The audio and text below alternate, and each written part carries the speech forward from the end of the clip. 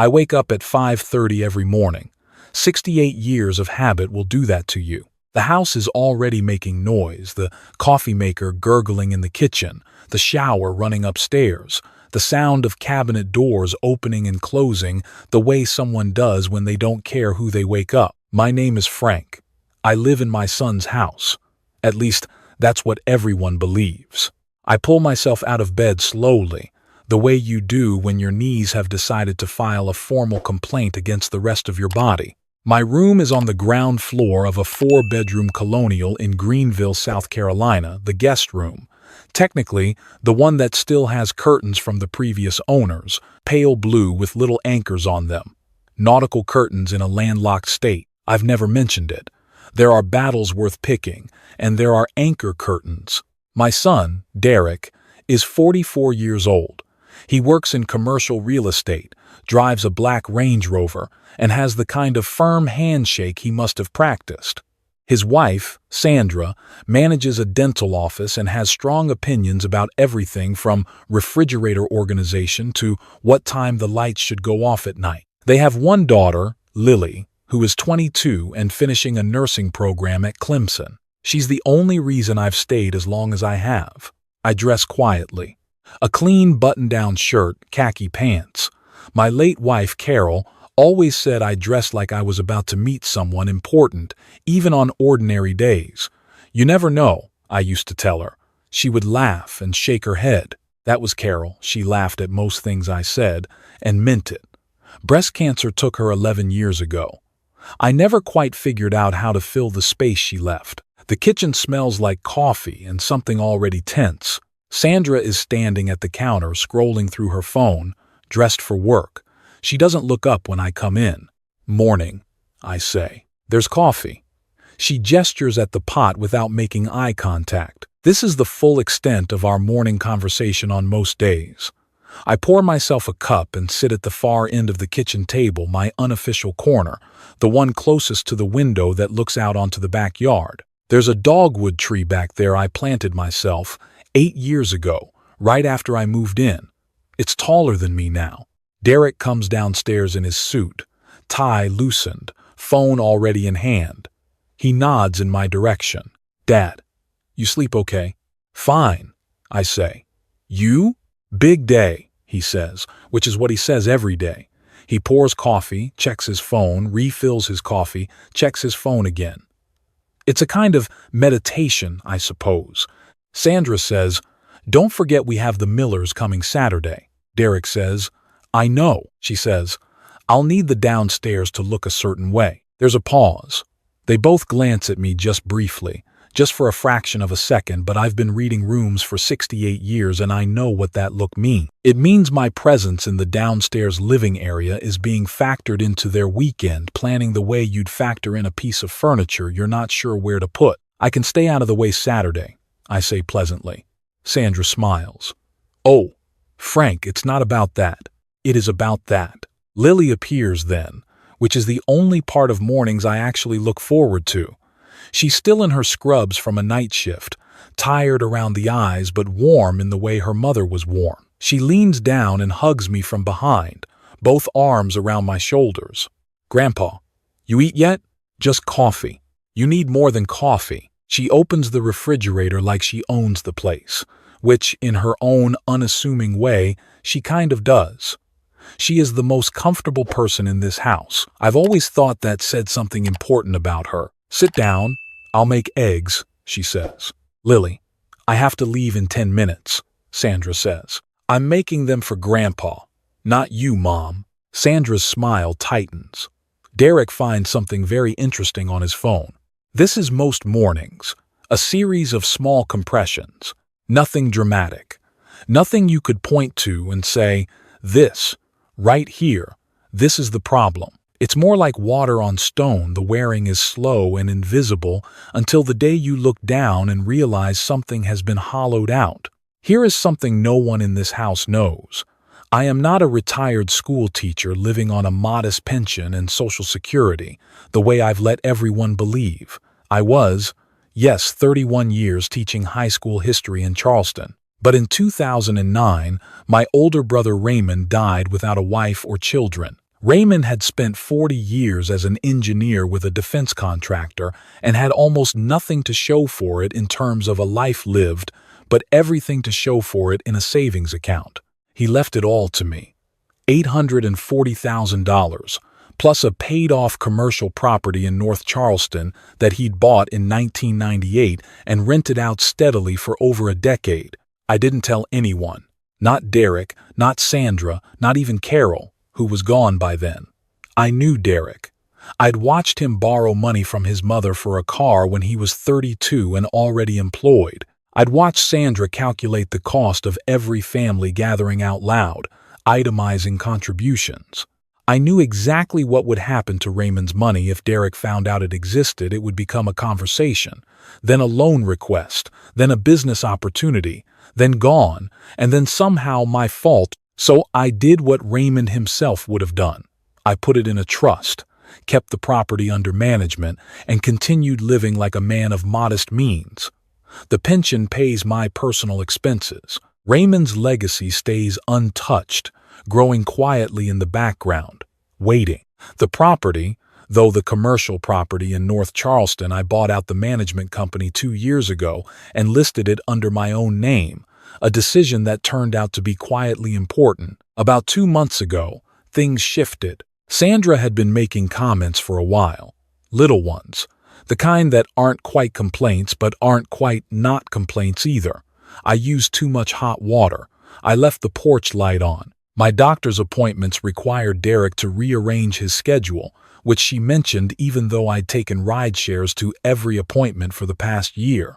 The comments started arriving in clusters, the way weather does before a real storm. Then one evening in October, Derek sat down across from me at the kitchen table after dinner, in the chair his wife usually occupied, and folded his hands the way I'd seen him do in his professional headshot on his company website, a posture of serious conversation. "Dad, Sandra and I have been talking." "All right," I said. "We love having you here. You know that." The word "but" was already visible from 3 sentences away. But the house is a significant expense. Mortgage, insurance, taxes, utilities, upkeep. It adds up to a lot every month. And with Lily finishing school and probably moving out next summer, we've been thinking about how the space gets used going forward. I looked at him. My son. I'd coached his little league team. I'd driven him to the SAT 3 times. I'd lent him $12,000 in 2018 that was never mentioned again. "What are you thinking?" I asked. He cleared his throat. "We were thinking that a fair contribution from you would help. Something that reflects the actual cost of what you're using. We looked at some numbers and figured $1,000 a month would be reasonable. $1,000 a month. For the guest room with the anchor curtains, for the corner of the kitchen table, for the privilege of watching my son check his phone through every meal. I'm on a teacher's pension, Derek. I know, Dad. But you're also not paying rent anywhere else. You've got Social Security, too. Between the two, $1,000 a month shouldn't be, it would be most of my income." He shifted in his chair. "We're not trying to make things hard. We just need everyone to contribute fairly. Sandra feels strongly about it." There it was. Sandra feels strongly. The ground beneath my feet, named. I told him I'd think about it. He looked relieved, as if the conversation being over was the same thing as the problem being solved. I went to my room and sat in the chair by the window and looked out at the dogwood tree in the dark. I thought about calling Lily. I didn't. She was already in the middle of her parents' marriage every day without me adding to it. I sat there for a long time, thinking about Raymond, about how he'd worked his whole life in a quiet, serious way, and died with money in the bank and nobody to leave it to until me, about what he would think of all this. Raymond was not sentimental. He would have said, "Frank, stop sitting in the dark. Go do something." The next morning, I called a property manager I knew from Raymond's portfolio. Old contact, trusted. I asked him to pull together current market data on the North Charleston property and also quietly on comparable residential real estate in the Greenville area. Nice neighborhoods, good bones. 1 story, preferably. No stairs. Just looking, I told him. Just want to know what's out there. 2 weeks passed. Derek asked once if I'd made a decision. I said I was still thinking. Sandra made a comment about the electricity bill that I pretended not to understand the implication of. Lily came over on a Sunday and we watched a nature documentary together, and she fell asleep on the couch, and I thought, she's the only person in this family who has ever just been glad I was in the room. On a Tuesday morning in November, I called my attorney. I'd had the same attorney, Pete Voss, since 1997. He knew about Raymond's estate, knew about the trust. I explained the situation. I want to move forward, I said. On the residential property, cash purchase. You found something? Pete asked. My property manager sent me 3 options. I like the one on Sycamore Bend. 3 bedrooms, single story, screened porch, backs up to a pond. Frank, Pete said, and I could hear him choosing his words carefully. Once you move out, things might get complicated with Derek. Things are already complicated with Derek, I said. I'd just like to complicate them from my own address. He laughed. Pete Voss has a good laugh. He got to work. The house on Sycamore Bend cost $420,000. I paid cash. Closing took 11 days. I gave no one in Derek's house any indication that anything was happening. On a Thursday, when Derek was in Charlotte for work and Sandra was at the office, I packed my things. 2 trips in my car. Clothes, books, Carol's photographs, the little shortwave radio I've been fixing and refixing for 15 years, a box of papers. I left the anchor curtain room exactly as I'd found it, made the bed, vacuumed, wiped down the surfaces. I was not going to give Sandra anything to say about the way I left. Lily knew. I'd told her the week before, sitting in her car in the parking lot of her apartment complex, because I wanted her to hear it from me, and I wanted to say it somewhere that wasn't her parents' house. She was quiet for a long time after I told her. Then she said, "Are you okay?" "Yes," I said. "For the first time in a while, actually." "Where are you going?" I told her about Sycamore Bend. Her eyes went wide. "Grandpa, you bought a house? Apparently I'm not as broke as I look." She laughed, then pressed her lips together, then laughed again. "I'm not going to pretend I'm not relieved," she said. "I've hated watching this." "Don't say anything to your parents yet," I told her. "Let me get settled first." She hugged me the way her grandmother used to, fully, both arms, no reservation. I held on longer than I probably should have. That evening, Sandra called. I let it go to voicemail. She called again. I listened to the message. "Frank, Derek just got home. I don't know what's going on, but your room is empty. Please call us." Her voice carried the particular tone of someone who is alarmed but also somehow annoyed about being alarmed. I called back after dinner. I was sitting on the screened porch at Sycamore Bend, and the pond behind the property had gone dark and glassy in the November evening, and I thought, "Raymond, you would have liked this." "Derek," I said when he answered. "Dad, what's going on?" "Sandra says all your stuff is gone." "I moved out," I said. A pause. "What do you mean you moved out? Where did you go?" "I found a place." "What kind of place?" "Dad, you're 68 years old. You can't just—" "We talked about this, about the contribution. We weren't trying to push you out. It was just a conversation about fairness." "It was a fair conversation," I said, "and I made a fair decision." Sandra's voice came through in the background, asking questions. Derek's voice went muffled as he answered her. Then he came back to me. "Can you at least tell us where you are? That you're safe?" "I'm safe. I'm very comfortable, actually." "Dad," he lowered his voice, "where are you staying? A hotel?" "No. I bought a house." There was a silence that felt like a long one. He stopped. "What?" "A house. Single story, 3 bedrooms, backs up to a pond. Very nice neighborhood. I moved in this afternoon." "You bought a house." He said it the way someone repeats something in a foreign language they don't fully speak. "With what money?" "Dad, you're on a pension," you said. I said a lot of things, I told him. Another silence. I could hear him thinking, which is something I've been able to do since he was a boy. I could always hear the gears. "I don't understand what's happening," he finally said. "I know. I'll explain it, but not tonight." Tonight I'm going to sit on my porch and enjoy my first evening in my own home.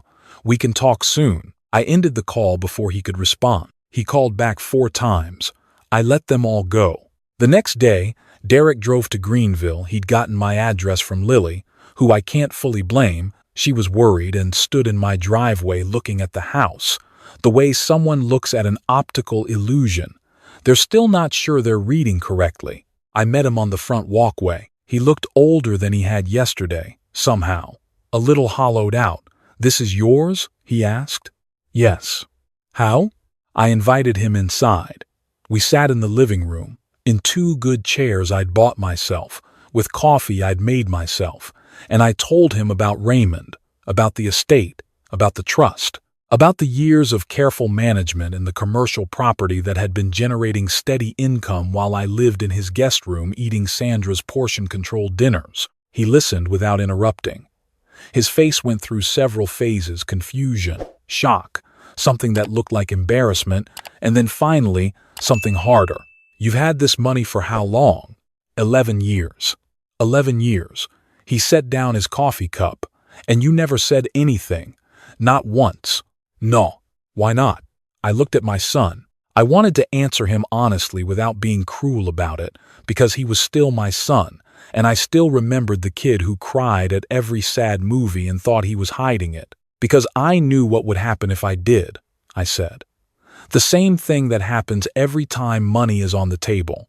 It would become a loan conversation, then an investment opportunity. Then I'd be watching it disappear into a Range Rover or a renovation or a business venture, and you'd resent me for not giving enough, and I'd resent you for taking it. I didn't want that for us." He was quiet for a moment. "So instead, you let me think you were some kind of charity case in my guest room. I let things be what they needed to be. That's—" He stopped, started again. "Dad, Sandra and I asked you for $1,000 a month. That was what started this." "I know. If you had all this money, why didn't I just pay?" I said. "Derek, your wife looked at me like I was a line item in her household budget. Every month there was a new reason the electricity was too high or the water usage was unreasonable. I've been in that house for 4 years, and I can count on one hand the number of times either of you asked me how I was doing and actually waited for the answer. I would have paid anything you asked. That was never the point. The point was that I was no longer welcome as a person, only as a contribution." He looked at his hands. For a long time, he didn't say anything. Outside, a bird was doing something cheerful in the dogwood I'd had to leave behind. "Whoever lives in that house now, I hope they notice the tree." "She pushed for the money thing," he said quietly. "Sandra, I want to be honest about that. She felt like the arrangement had gone on long enough and it wasn't fair."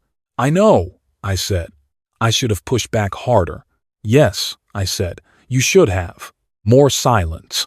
This was the kind of silence I'd learned to let sit when I was teaching, the kind that meant someone was actually processing something rather than just waiting for the other person to stop talking. "What happens now?" he asked. "I live here," I said. "You go back to Greenville and live your life. Lily comes to see me when she can, which she's already promised to do regularly, and you and I figure out, over time, whether we can be something other than what we've been." "Which is what?" "Politely disappointed in each other." He looked up at that. Something moved in his face. "I don't want that," he said. "Neither do I said. "But you need to understand something, Derek. I spent 4 years in your house feeling like I was always one conversation away from being managed out of it. No man should feel that way. Not in his 70s, not after 40 years of work, not after everything. I'm not asking you to feel guilty. I'm just asking you to understand why I left." He stayed another hour. Sandra called twice while he was there. He didn't answer the first time and said, "I'm with my dad," on the second, and there was something small but real in the way he said it. Before he left, he stood in my doorway and looked at the house, the way people look at things they're only now seeing clearly. "It's a good house," he said. "It is. The pond's nice. I like it in the evenings." He nodded. He didn't hug me. We're not quite there yet. But he put his hand on my shoulder for a moment before he walked to his car, and I think that was the most honest thing that had passed between us in years. The week after Derek came by, Sandra called me directly for the first time. No small talk, straight to what she wanted to say. "Frank, I want you to know I never intended for things to go this way." "I believe that," I said, which was honest. The $1,000 conversation was about fairness. "We have real expenses." "I understand. I just want you to know it wasn't personal." I thought about Earl Cunningham's story, the one I'd been thinking about ever since things started going sideways with Derek. About how Gina said the same thing. "This is business, Earl. Nothing personal." There's something about that phrase it's never said in situations that aren't entirely personal. "Sandra," I said, "everything that happens inside a family is personal. That's the nature of families." She didn't have an answer for that. We ended the call without resolving anything, but without making things worse either, which was probably the best possible outcome. Lily came on a Saturday, 3 weeks after I moved in. She brought groceries, real groceries, the kind you buy when you're cooking for someone rather than managing their diet, and we made a full Sunday-style breakfast at 11 in the morning, eggs and bacon and toast and sliced tomatoes from the farmer's market, and we ate it at my kitchen table with the windows open and the November air coming through cool and clean. "You look different," she said, watching me. "Lighter," she said. "You look lighter." I thought about that. "I've been sleeping well," I said. First time in a while. She was quiet for a moment, turning her coffee cup in her hands. "Can I tell you something without you feeling like I'm being disloyal to my parents?" "You can tell me anything." "I've been watching you disappear in that house for 2 years, she said, bit by bit, like you were trying to take up less and less space until you basically didn't exist. It scared me. I set down my fork. I didn't realize it was visible. It was visible to me. I looked at my granddaughter, 22 years old, tired from night shifts, sitting across from me in my kitchen on a Saturday morning, telling me the truth. Carol would have loved her so much. "Your grandmother was like this," I said. "She always told me the things I needed to hear instead of the things I wanted to hear." Lily smiled. "Was that annoying?" "Constantly," I said, "and completely invaluable. There is one more thing I did, which I haven't told Derek yet and may not tell him for some time. I'd revised my estate plan the month before I moved out quietly, thoroughly, with Pete Voss's guidance. The commercial property in North Charleston is going into a trust for Lily, time to release when she turns 25. It's worth considerably more than when Raymond bought it. Between that and the remainder of the savings, she'll have a foundation, not wealth. I don't think wealth is the thing it's often advertised to be, but a foundation, a base from which to build a real life without having to make compromised choices just because the money isn't there. I haven't told her either. I will, eventually, when the time seems right. For now, it's just something I know, sitting quietly in the background the way Raymond's inheritance sat quietly for years, a kind of patient certainty that not everything good needs to be announced. It is late December now, my first winter in this house. I've learned where the drafts come from, where the floor creaks, how the heating system sounds at night. The dogwood in Derek's backyard will bloom next spring for whoever is sitting at that kitchen table. Mine will have to wait a few years before it's worth much. I planted it 6 weeks ago. Small thing, staked against the wind, near the edge of the yard where it can see the pond. Derek calls on Sunday evening. The calls are short, mostly practical, but they're consistent. Last week he asked, out of nowhere, if I'd taught the same history classes for 30 years or if I'd changed things up. I told him I rewrote my units every few years because students deserve teachers who were still paying attention. He was quiet for a moment, and then he said that was interesting. And then he asked what I thought about something in the news. And we actually talked for a while, just talked without an agenda on either side. It wasn't much, but it was something. In families, something is usually where everything starts. Lily is coming for Christmas. She asked if she could bring a friend, a fellow nursing student she's been close with.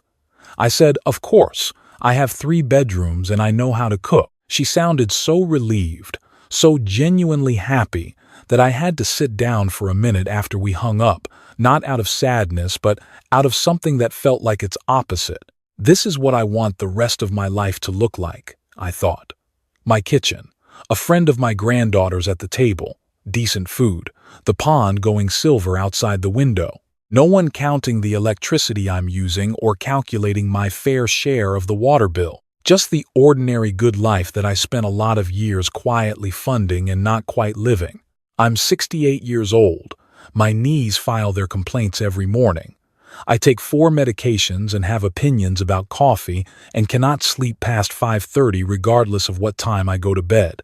I'm not looking for adventure or reinvention. I'm looking for exactly this. A chair on a screened porch, an evening without tension in it, the sound of something landing on water. Raymond spent his whole life working and died before he could sit still long enough to enjoy it. I don't intend to make the same mistake. I sit still plenty now. I'm getting very good at it. The pond at dusk is the color of old silver, and the birds do something complicated in the reeds at the far edge that I've been watching for weeks and still haven't fully figured out. I have time to figure it out.